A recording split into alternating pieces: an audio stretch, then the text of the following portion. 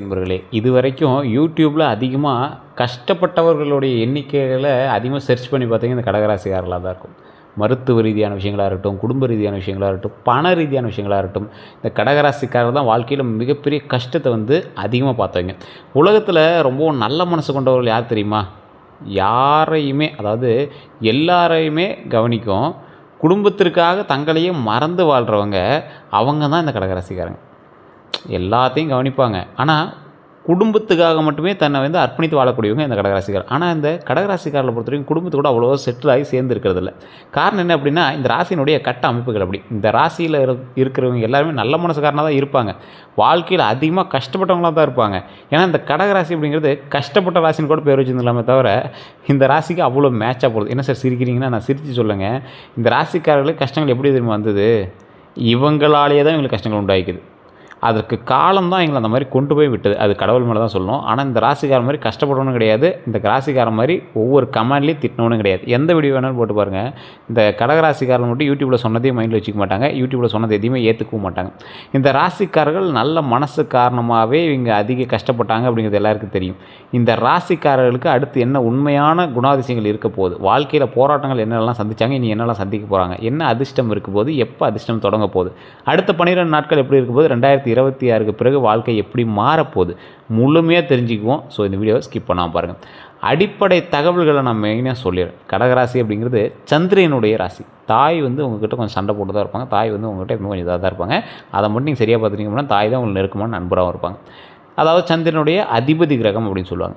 தன்மை நீர் ராசி அப்படின்னு சொல்லுவாங்க. கடகங்கிறது நீர் ராசி. அடையாளம் என்ன? நண்டு. ஸோ நண்டு எங்கே இருக்கும்? கொஞ்சம் நீர் சார்ந்து இருக்கும். ஸோ அதனால் நண்டை மெயினாக சொல்லுவாங்க. வாழ்க்கையோட முக்கியமான மந்திரம் என்ன தெரியுமா? குடும்பம் தான் உங்கள் உலகம். குடும்பத்துக்கு சண்டை போட்டாலும் திரும்பி அந்த குடும்பத்தை நோக்கியே தான் நீங்கள் மூவ் ஆவீங்க. சண்டை சச்சரவுகளை விரும்ப மாட்டீங்க, குடும்பத்தோடு சேர்ந்துருக்குன்னு தான் நினைப்பீங்க. தேவையில்லாத சண்டையெல்லாம் போடுவீங்க, ஆனால் குடும்பத்தில் சண்டை போட மாட்டீங்க. கடகராசியோட குணாதிசயங்கள் அப்படின்னு பார்க்கும்போது நல்ல பண்புகள் மிக்க ராசி இந்த கடகராசி. மிகவும் மென்மையான மனசு இருக்கிற ராசி இந்த கடகராசி. இந்த ராசிக்காரங்க எளிதில் காயப்படுவாங்க, பிறரோட துயரத்தை உணர்வாங்க, உதவ விரும்புவாங்க. ஆனால் எம்பத்தி லெவல் ரொம்ப அதிகம்.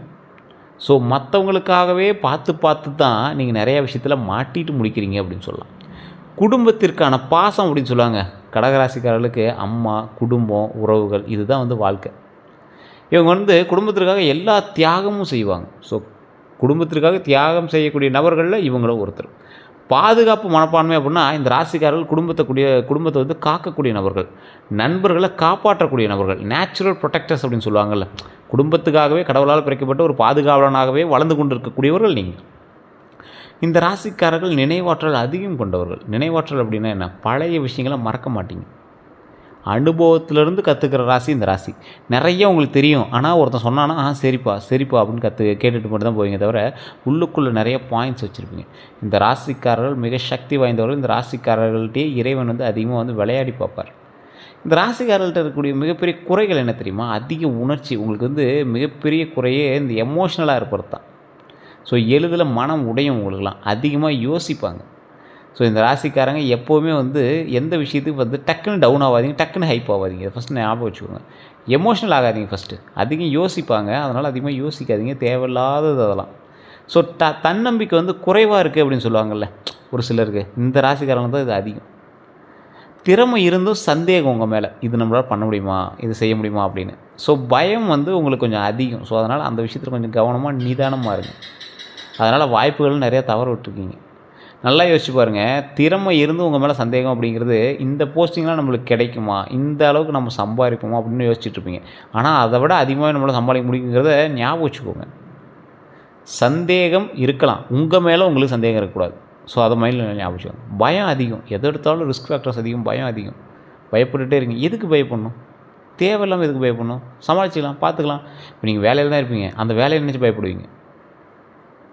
இப்போ நல்லா ரன் ஆகிட்டு தான் இருக்கும். அப்புறம் என்ன பண்ணுறது அப்படிங்கிற மாதிரி யோசிக்க ஆரம்பிப்பீங்க.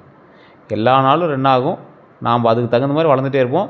இந்த தொழில்னாலும் இதை விட அதிக லாபத்தோடு வேற ஒரு தொழில் நம்ம பண்ணுவோம். இப்படி தான் நம்ம திங்க் பண்ணி அதுதான் நடக்கும். ஸோ சந்தோஷமாக எல்லா விஷயத்தையும் செஞ்சோம் அப்படின்னா நன்மை நிச்சயம் நடக்கும் அப்படிங்கிறத மைண்டில் நல்லா ஞாபகம் வச்சுக்கணுங்க. வாழ்க்கையில் இருக்கக்கூடிய போராட்டங்கள் ஆரம்ப வாழ்க்கையில் உங்களுக்கு, அதாவது ஒரு 28 வயசு வரைக்கும் இந்த காலகட்டம் குடும்ப சுமை உங்களுக்கு அதிகமாக இருக்கும், பண பிரச்சனை அதிகமாக இருக்கும், மன அழுத்தம் உங்களுக்கு அதிகமாக இருக்கும். ஏர்லி ரெஸ்பான்சிபிலிட்டிஸ் சைன்ஸ் அப்படின்னு சொல்லுவாங்க.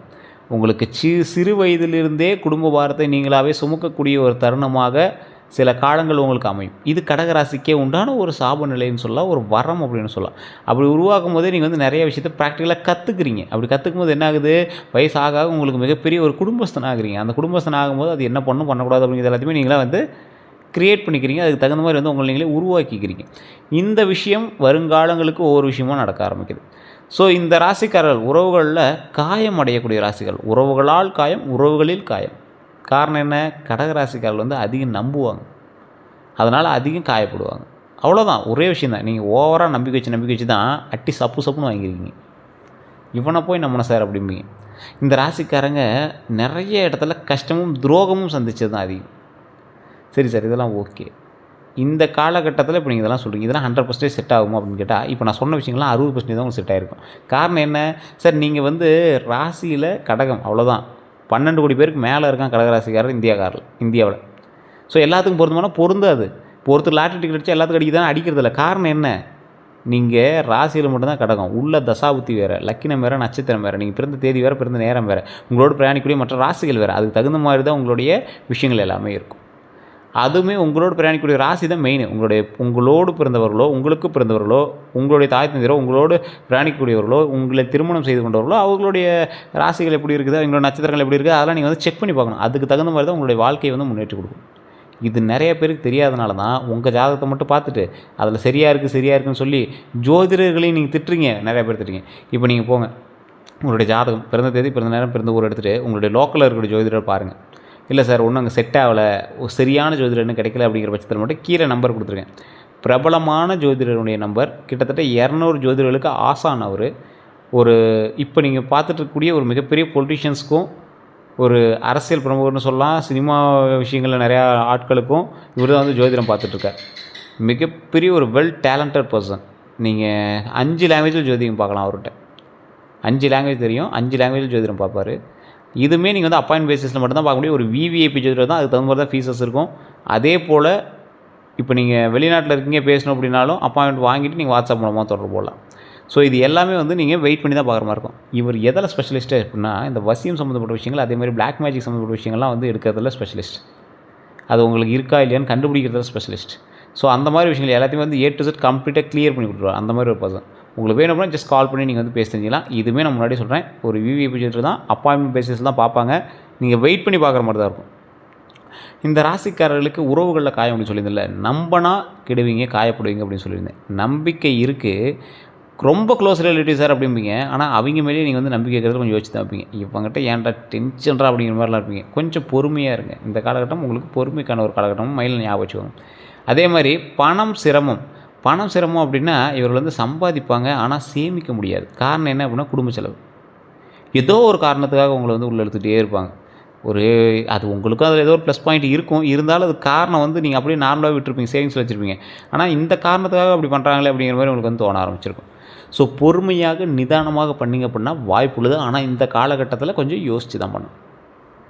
வாழ்க்கையில் உங்களுக்கு எப்போலாம் திருப்பு முனை இருக்கும் அப்படின்னா, 29 வயதுக்கு பிறகு அதிர்ஷ்டம் உண்டு.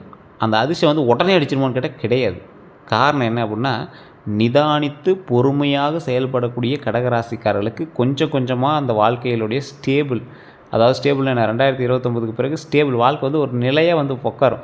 ஒரு சம்பளம் ஏதோ ஒரு மாதம் அது இதுன்னு மாறி வந்துடுது, ஒரு நிலையான ஒரு சம்பளம், பண வரவு அதிகரிப்பு, அந்த சம்பளம் அப்படியே இன்க்ரிமெண்ட் ஆகுது, மன அமைதி கிடைக்குது. குழம்பிட்டு இருந்த உங்களுக்கு, ஸ்ட்ரெஸ்ஃபுல்லாக சுற்றி இருந்தவங்களுக்கு ஒரு மன அமைதி உருவாகுது. அது எவ்வளோ பெரிய நல்ல விஷயம்.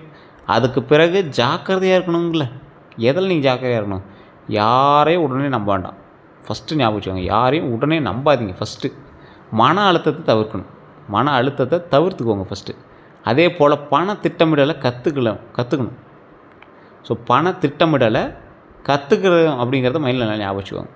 சரி சார், இதெல்லாம் ஓகே. அடுத்த 12 நாட்களுக்கான பலன். இப்போ இதெல்லாம் வந்து காமனாகவே இப்போலாம் எங்களை பற்றி தெரிய ஆரம்பிச்சிச்சு சார். கடகராசிக்காரர் இப்போ கமெண்ட் பண்ணிகிட்டு இருப்பாங்க. அவங்க வந்து ஒரு லெஜண்ட் மாதிரி. இப்போலாம் கோவம் வர ஆரம்பிச்சது, யாராவது நல்லது நடக்கும் அப்படின்னு சொன்னால் கடகராசிக்காரர்கள் கோவம் வர ஆரம்பிச்சது. உண்மையாக இல்லையான்னு கமெண்ட் செக்ஷனில் பதிவிடுங்க. ரொம்ப நாள் நம்பி ஏமாந்துருக்கோம் சார் அப்படிம்பீங்க. இந்த ராசிக்காரர்கள் அடுத்த 12 நாட்கள் எப்படி இருக்க போகுதுன்னு நான் சொல்கிறேன். ஃபஸ்ட்டு கேட்டுக்கோங்க. சிறிய வருமானம், பண விஷயத்தில் சிறிய வருமானம் உண்டு. பழைய பணம் திரும்ப கிடைக்கும். சிறிய வருமானம்னா எப்படி, கொஞ்சம் கொஞ்சமாக இன்க்ரிமெண்ட் ஆகும்.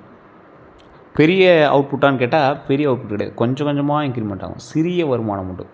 பழைய பணம் திரும்ப கிடைக்கும். யார்கிட்டையாவது நீங்கள் கொடுத்து வச்சுருந்ததோ அல்லது ஏதாவது ஒரு வர வேண்டிய பாக்கி தொகையோ அந்த மாதிரி விஷயங்கள் உங்களுக்கு கை கிடைக்கிறதான வாய்ப்புகள் அதிகமாக இருக்குது. வேலை விஷயத்தில் நல்ல செய்தி உருவாகும். வேலையில் மாற்றத்துக்கான வாய்ப்பு மட்டும் உண்டு. அது அவுட்புட் வந்து உங்களுக்கு மாற்றம் கிடைக்குமா அப்படின்னு கேட்டால் இல்லை, வாய்ப்பு இருக்குது. அதே மாதிரி உறவுகளில் குடும்பம் வந்து சந்தோஷமாக இருக்கும். குடும்பத்தில் சந்தோஷம் பிறக்கும். பழைய பிரச்சனை வந்து சரியாகும். ரொம்ப நாளாக ஒரு லேண்டு கொடுக்காம இருந்தாங்க சார், அந்த லேண்டு வாங்கணும் ஆசை, வாங்கிடலாம். கடனை அடைச்சிக்கிட்டே சீக்கிரம் சந்தோஷமாக இருக்க நினச்சோம். கடன் அடைக்கிறதுக்கான ஸ்டெப்பு தொடங்கி வச்சு கடன் மேலே அடைச்சிடலாம். உடல் நலத்தில் நல்ல கவனமாக இருக்கணும். உடல் ஆரோக்கியம் உண்டு, அதில் கவனமாக இருந்துட்டிங்க அப்படின்னா போதுமானது. ஸோ இந்த மாதிரி நிறைய நல்ல விஷயங்கள் உங்களுக்கு நடக்க போகுது. உடல் ஆரோக்கியம், பழைய பிரச்சனைகள் எல்லாமே சரியாகும். இருந்தாலும் உடல் ஆரோக்கியத்தில் கவனமாக இருந்துக்கோங்க, அவ்வளோதான். நல்ல விஷயங்கள் தான், ஒன்றும் பிரச்சனைலாம் வராது, கவலைப்பட வேண்டிய அவசியம் கிடையாது. 2026 தமிழ் புத்தாண்டு பிறந்த பிறகு நிறைய பேருக்கு சில முக்கியமான காலகட்டம் எது அப்படின்னு கேட்டுட்ருப்பீங்க. 2026லேருந்து 2030 வரைக்கும் குரு ஆதரவு உங்களுக்கு உண்டு. வாழ்க்கை வந்து உயர்வு. குரு ஆதரவு இருக்குது அப்படின்னா வாழ்க்கை உயர்வு. இது வந்து நான் பொது பலனாக தான் சொல்கிறேன், நல்லா தெளிவாக தெரிஞ்சுக்கோங்க. பொது பலன் கடகராசிக்காரருக்கு எப்படி இருக்கும் அப்படின்னு கேட்டால் ஒட்டுமொத்தம் 12 கோடி பேருக்கு சொல்லலாம். குரு உயர்வு, குரு ஆதரவு, வாழ்க்கை உங்களுக்கு உயர்வு, ஒரே பாயிண்டில் சொல்லலாம்.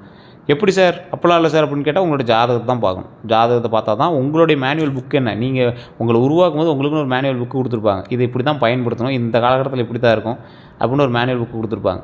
அதுக்கான அசசரிஸ் உங்களுக்கு என்ன, இது சார் இது காப்பரில் செஞ்சது, வெயில் தாங்கும் சார், இது கடகராசிக்காரர் கவலைகளை தாங்கிப்பார்.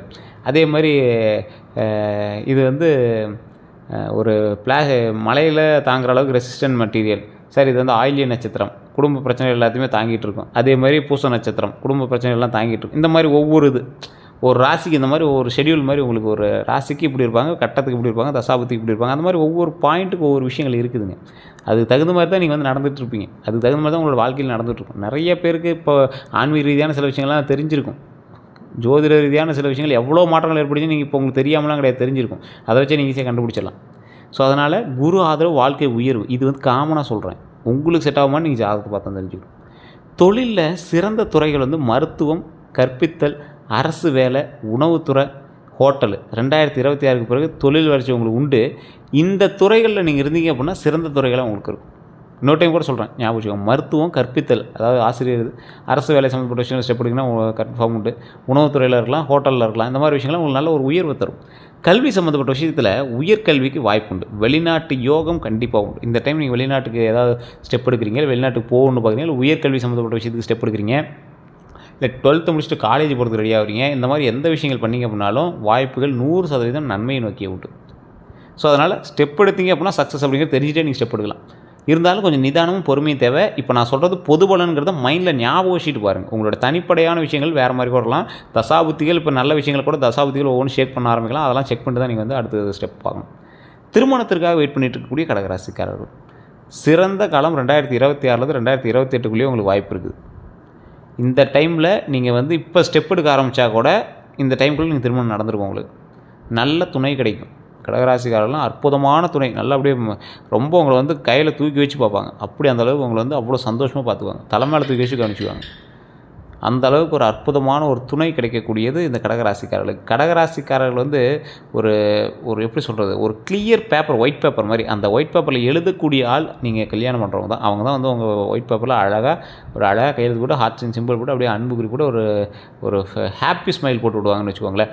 ஸோ அந்த மாதிரி ஒரு லைஃப் வந்து திருமணம் ஆன பிறகு தான் நீங்கள் வந்து சந்திப்பீங்க. சார் கடகராசிக்கார் திருமணம் ஆனவங்க பார்த்துருப்பீங்க, அப்படிலாம் ஒன்றும் தெரியலையே சார் அப்படிம்பீங்க. பொறுமை, நிதானம். உங்களுக்கு தெரியாதுங்க, உங்களை சுற்றி இருக்கவங்களுக்கு தெரியும். அவன் வந்ததுக்கப்புறம் தான்டா வளர்ந்து வந்தான் அப்படிங்கிற ஒரு விஷயம் அவங்க கூட இருக்கிறவங்களுக்கு தான் தெரியும். ஸோ அந்தளவுக்கு கடகராசியோடு இணையக்கூடிய ராசி பயங்கரமாக தூக்கி விடும். அது நிறைய பேர் தெரியறதில்ல. அதேமாதிரி குழந்தை பலன், குழந்தை யோகம் வந்து கண்டிப்பாக உறுதியாக உண்டுங்க. குழந்தை யோகம் கண்டிப்பாக உண்டு. குடும்பம் சந்தோஷமாக இருக்க போகுது.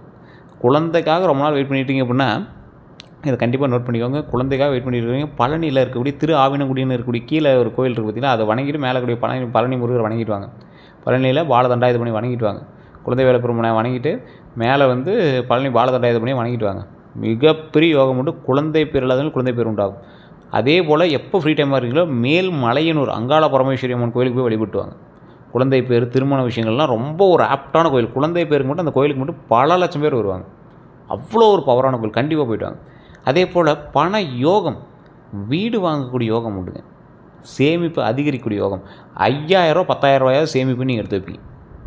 சார் 5000 10,000 எவ்வளோ பெரிய அமௌண்ட், அதை சாதாரணமாக சொல்லுங்கள். அந்த அளவுக்காவது உங்களோட பட்ஜெட்லேயே நான் சொல்கிறேன், மினிமமே அவ்வளோ வர ஆரம்பிச்சிடும். அப்போ மேக்ஸிமம் எவ்வளோ லாபம் வரும் அந்த மாதிரி யோசிச்சுக்காங்க. அந்தளவு சேவிங்ஸ் வந்து அதிகப்படுத்த ஆரம்பிங்க. உடல் நலத்தில் கவனமாக இருந்துக்கோங்க. மன அழுத்தத்தில் கொஞ்சம் கவனமாக இருங்க. வயிறு பிரச்சனையில் கொஞ்சம் கவனமாக இருங்க. தூக்க குறைவு இல்லாமல் நல்லா தூங்கி எழுந்திரிங்க. அது வந்து உங்களுக்கு மெயினான ஒரு விஷயமா சொல்கிறோம். இந்த ராசிக்காரர்கள் ஒரு 28 வயசு வரைக்கும் சிரமமாக இருக்கும் உங்களோட வாழ்க்கை. 29 45 வயசு வரைக்கும் வளர்ச்சியை நோக்கி போகும். 45+ உங்களுக்கு அமைதியான ஒரு நல்ல நிலை உண்டாகும். கவலைப்படாமல் நீங்கள் வந்துருக்கலாம். இந்த ராசிக்காரங்களுக்கு ஒரு நல்ல விஷயம் சொல்லணும் அப்படின்னா, ஃபஸ்ட்டு முதல்ல தியாகமாக இருக்கும். நீங்கள் பண்ணுறது எல்லாமே மற்றவங்களுக்கு விட்டு கொடுக்குறது இந்த மாதிரி விஷயம் தியாகமாக இருக்கும். பின்னாடி தான் உங்களுக்கு வெற்றி உண்டு. கொஞ்சம் பொறுமையாக இருந்தாலும் வெற்றி கண்டிப்பாக உண்டு அப்படிங்கிறது ஞாபகம் வச்சுக்கோங்க. நல்ல மனசு எப்போதும் வெல்லும் அப்படிங்கிறது உங்களுக்கு கண்டிப்பாக பொருந்தும் அப்படிங்கிறத ஃபிக்ஸ் பண்ணிக்கோங்க. நீங்கள் நல்ல மனசுக்காரர் சார், நல்லதான் சார் நடக்கும். உங்களுடைய ஜாதகத்தை செக் பண்ணி பாருங்கள் சார், உங்களுக்கு நல்லதாக நடக்கும். உங்களுக்கு ஜாதக ரீதியாக செக் பண்ண போனால் கீழே நம்பர் கொடுத்துருக்கோம். அந்த நம்பருக்கு ஃபோன் பண்ணுங்கள். உங்களுடைய ப்ராப்ளம் ஏதாவது சொல்லி சால்வ் பண்ணிக்கோங்க. அதே போல் இது நம்ம சேனலை ஃபாலோ பண்ணால் ஃபாலோ பண்ணிக்கோங்க. நம்ம சேனல் சப்ஸ்கிரைப் பண்ணால் சப்ஸ்கிரைப் பண்ணிட்டு அதில் பெல் பட்டன் மறக்காம ப்ரெஸ் பண்ணிக்கோங்க. இல்லை ஆல் அப்படின்னு கிளிக் பண்ணிக்கோங்க. பேஜை ஃபாலோ பண்ணிக்கோங்க. ஃபேஸ்புக்கில் பார்த்துருந்தீங்கன்னா இது உங்களோட கடகராசி நண்பர்களுக்கு கண்டிப்பாக பகிருங்க. எல்லோருக்கும் நன்றி நண்பர்களே.